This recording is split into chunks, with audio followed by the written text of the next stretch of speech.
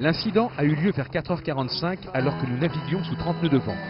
C'est ainsi que François Gabard nous indiquait ce matin comment s'était produite la rupture de la partie supérieure du mât de Foncia. Le bateau de Michel Desjoyaux et François Gabard est désormais hors course. Les deux skippers vont bien et font route sur la ville du Cap. Écoute, actuellement, j'ai pas d'explication parce que quand on fabrique un bateau, c'est pas pour le casser. Donc s'il a cassé, c'est qu'il y a un truc qu'on ne sait pas.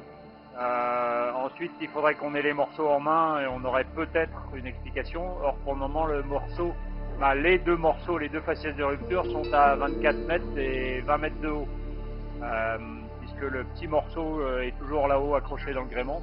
Actuellement, l'état de la mer est trop important pour qu'on prenne le risque. Il n'y a pas de précipitation, il n'y a pas d'urgence. Et donc on n'a pas matière à aller tout de suite récupérer les morceaux. Une fois que le mal est fait, le mal il est fait et c'est pas la peine d'en vouloir la terre entière. C'est pas satisfaisant, c'est pas ça qu'on avait prévu. Maintenant il faut le vivre et on va le digérer. Voilà. Te sientes muy triste por ellos porque sabes que pues, han hecho un esfuerzo muy grande por estar ahí, llevan un mes compitiendo. Te puedo asegurar que todo el mundo levanta un poco el pie del acelerador porque es una noticia bastante importante. Y la tercera cosa que te viene en nuestro caso es que ganas un puesto, ¿sabes? Hay que decirlo así decididamente, pero es así, estas regatas son así. Ben là on perd un compagnon de jeu, notre compagnon de jeu, donc la course va être différente pour nous. Mais vraiment désolé pour ce qui leur est arrivé là, c'est ce qui peut arriver toujours de pire. La casse dans un sport mécanique, c'est toujours difficile à vivre. Michel Desjoyaux et François Gabard pensent arriver à la ville du Cap entre le 30 et le 31 janvier, où ils pourront comprendre ce qui s'est passé. La hauteur du mât d'un IMOCA 60 pieds est de 29 mètres, et c'est une partie du bateau qui souffre énormément sur les longues distances.